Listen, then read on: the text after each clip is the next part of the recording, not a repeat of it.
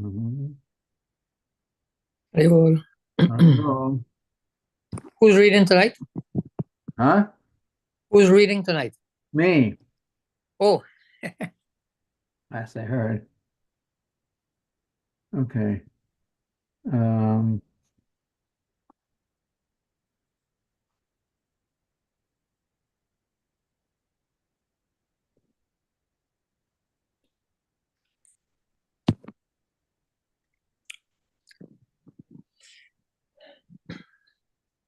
can you see the verses on the screen? yes.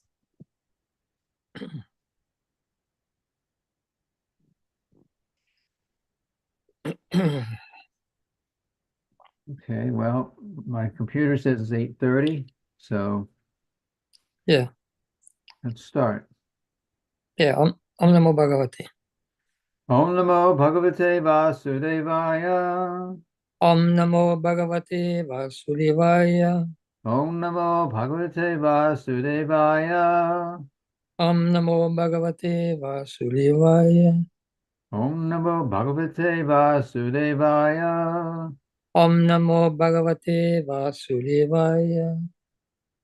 So we are reading tonight the verses from chapter 11 of the Bhagavad Gita, the universal form.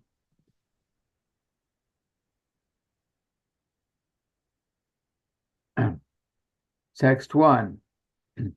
Arjuna said, by my hearing the instructions you have kindly given me about these most important confidential spiritual subjects, my illusion has now been dispelled.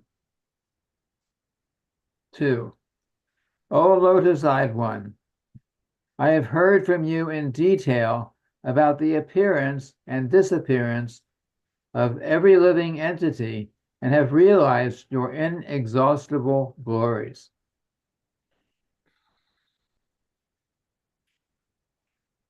3. O greatest of all of all personalities, O supreme form, although I see you here before me in your actual position, as you have described yourself, I wish to see how you have entered into this cosmic manifestation. I want to see that form of yours. 4. If you think that I am able to behold your cosmic form, O my Lord, O Master of all mystic power, then kindly show me that unlimited universal self. 5. The Supreme Personality of Godhead said, my dear Arjuna, O son of Pritha, see now my opulences, hundreds of thousands of varied divine and multicolored forms. 6. O best of the Bharatas, see here the different manifestations of Adityas, Vasus, Rudras, Ashvini Kumaras, and all the other demigods. Behold the many wonderful things which no one has ever seen or heard of before. 7. O Arjuna, whatever you wish to see, behold at once in this body of mine. The universal form can show you whatever you now desire to see and whatever you may want to see in the future. Everything, moving and non-moving, is here completely in one place. 8. But you cannot see me with your present eyes. Therefore I give you divine eyes. Behold my mystic opulence. 9. Sanjaya said, O king, having spoken thus, the Supreme Lord of all mystic power, the personality of Godhead, displayed his universal form to Arjuna. 10 and 11. Arjuna saw in that universal form unlimited mouths, unlimited eyes, unlimited wonderful visions. The form was decorated with many celestial ornaments and bore many divine, unpraised weapons.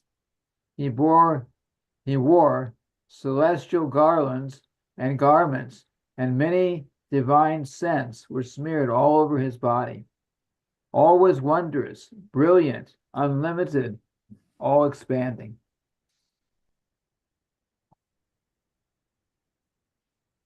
"12.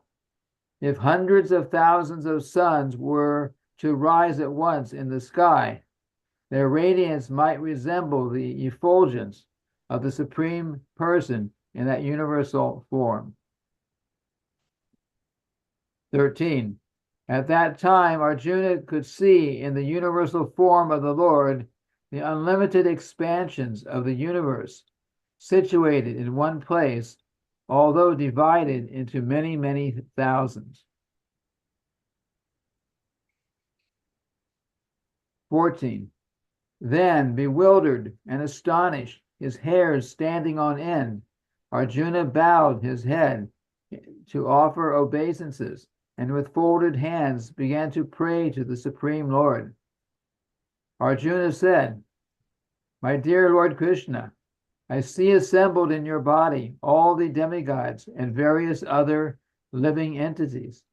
I see Brahma sitting on the lotus flower, as well as Lord Shiva and all the sages and divine serpents." 16. O Lord of the universe, O universal form, I see in your body many, many arms, bellies, mouths, and eyes, expanded everywhere without limit. I see in you no end, no middle, and no beginning. 17. Your form is difficult to see because of its glaring effulgence, spreading on all sides, like blazing fire or the immeasurable radiance of the sun. Yet I see this glowing form everywhere, adorned with various crowns, clubs, and discs. 18. You are the supreme primal objective. You are the ultimate resting place of all this universe. You are inexhaustible, and you are the oldest. You are the maintainer of the eternal religion, the personality of Godhead. This is my opinion. 19. You are without origin, middle, or end. Your glory is unlimited. You have numberless arms, and the sun and moon are your eyes. I see you with blazing fire coming forth from your mouth, burning this entire universe by your own radiance. Although you are one, you spread throughout the sky and the planets and all space between. O Great One, seeing this wondrous and terrible form, all the planetary systems are perturbed. 21. All the host of demigods are surrendering before you and entering into you. Some of them, very much afraid, are offering prayers with folded hands.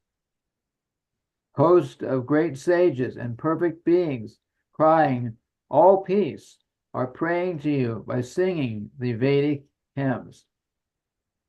22.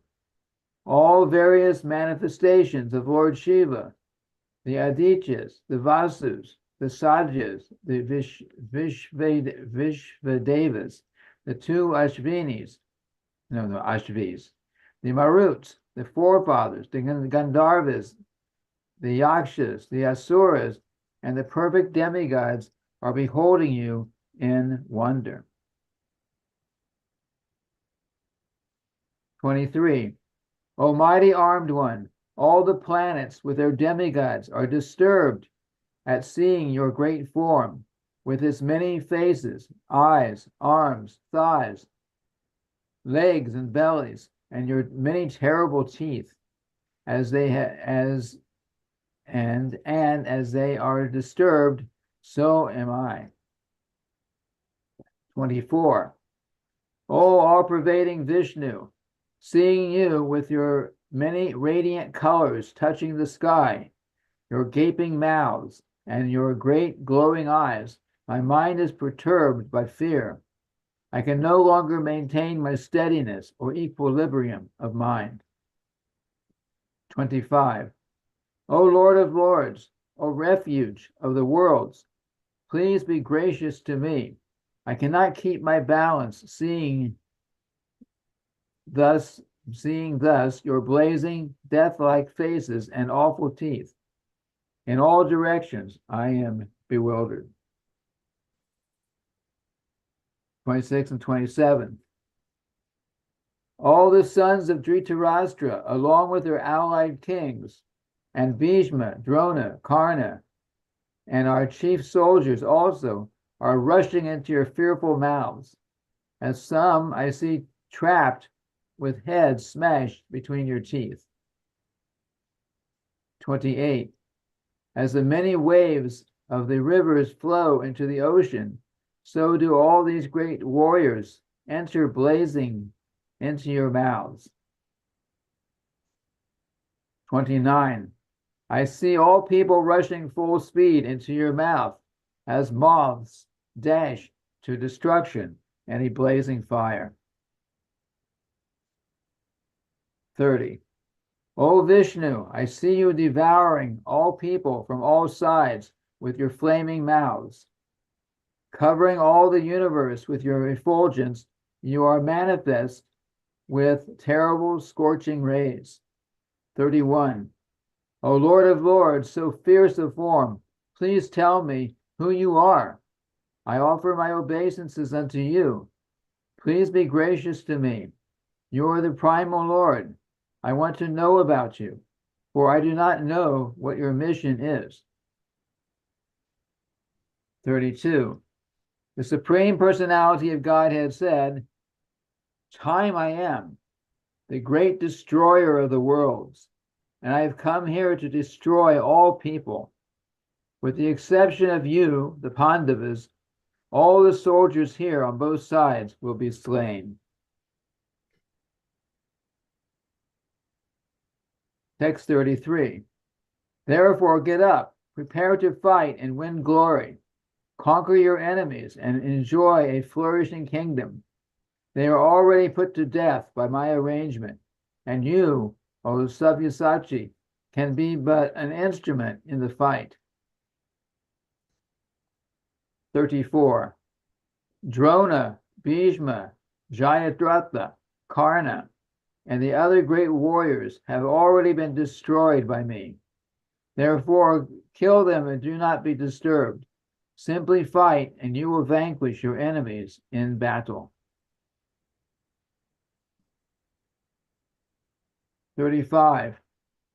Sanjaya said to Dhritarashtra, O king, after hearing these words from the Supreme Personality of Godhead, the trembling Arjuna offered obeisances with folded hands again and again.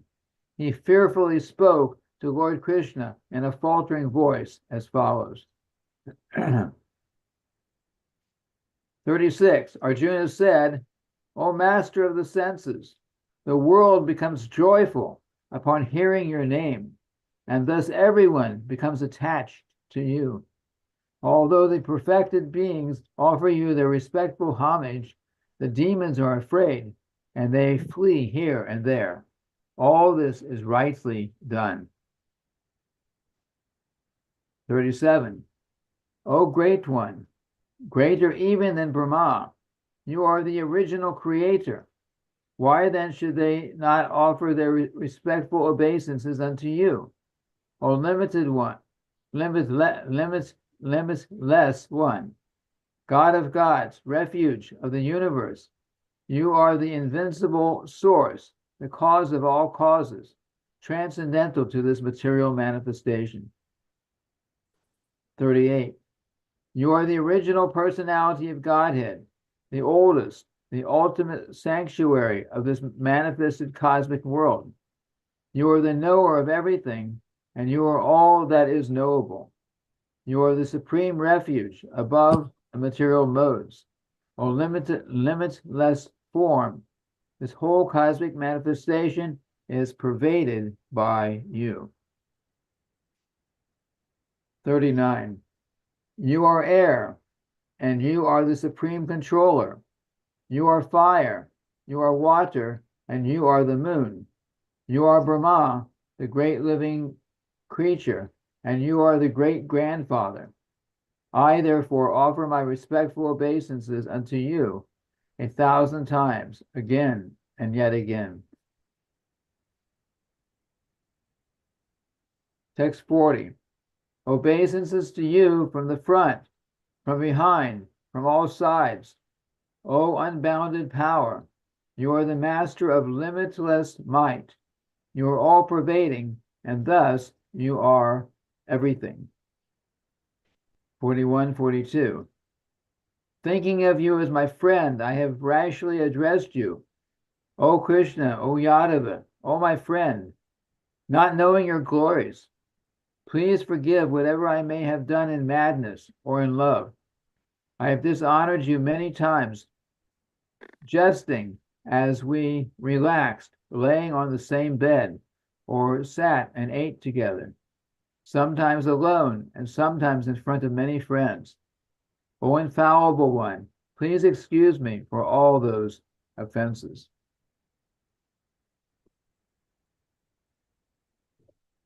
(43) You are the Father of this complete cosmic manifestation, of the moving and the non-moving. You are its worshipable chief, the supreme spiritual master. No one is greater than you, nor can anyone be one with you. How then can there be anyone greater than you within the three worlds, O Lord of immeasurable power? 44. You are the supreme Lord to be worshipped by every living being. Thus I fall down to offer my respectful obeisances and ask your mercy. As a father tolerates the impudence of his son, a friend the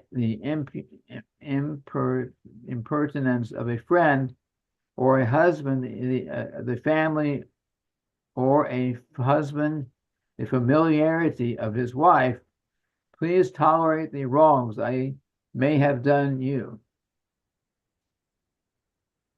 45. After seeing this universal form, which I have never seen before, I am gladdened, but at the same time my mind is disturbed with fear. Therefore, please bestow your grace upon me and reveal again your form as the personality of Godhead, O Lord of Lords, O abode of the universe. 46. O universal form, O thousand-armed Lord, I wish to see you in your four-armed form, with helmeted head and with club, wheel, conch, and lotus flower in your hands.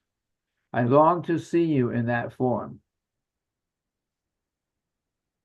The Supreme Personality of Godhead said, My dear Arjuna, happily have I shown you my internal potency, the supreme universal form within the material world.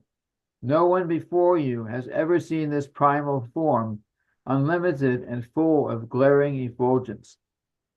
48.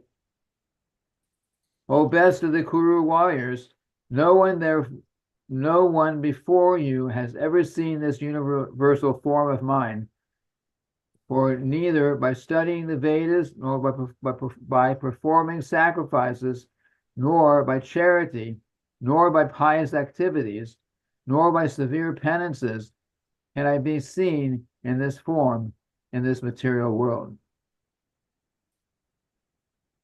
49. You have been perturbed and bewildered by seeing this horrible feature of mine.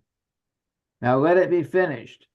My devotee, be free again from all disturbances. With a peaceful mind, you can now see the form you desire. 50.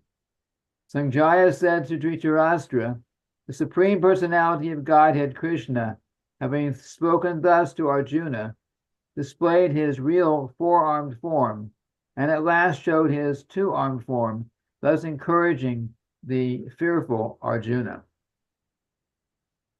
51. When Arjuna thus saw Krishna in his original form, he said, O Janardana, seeing this human-like form, so very beautiful, I am now composed in mind. and I am restored to my original nature. 52.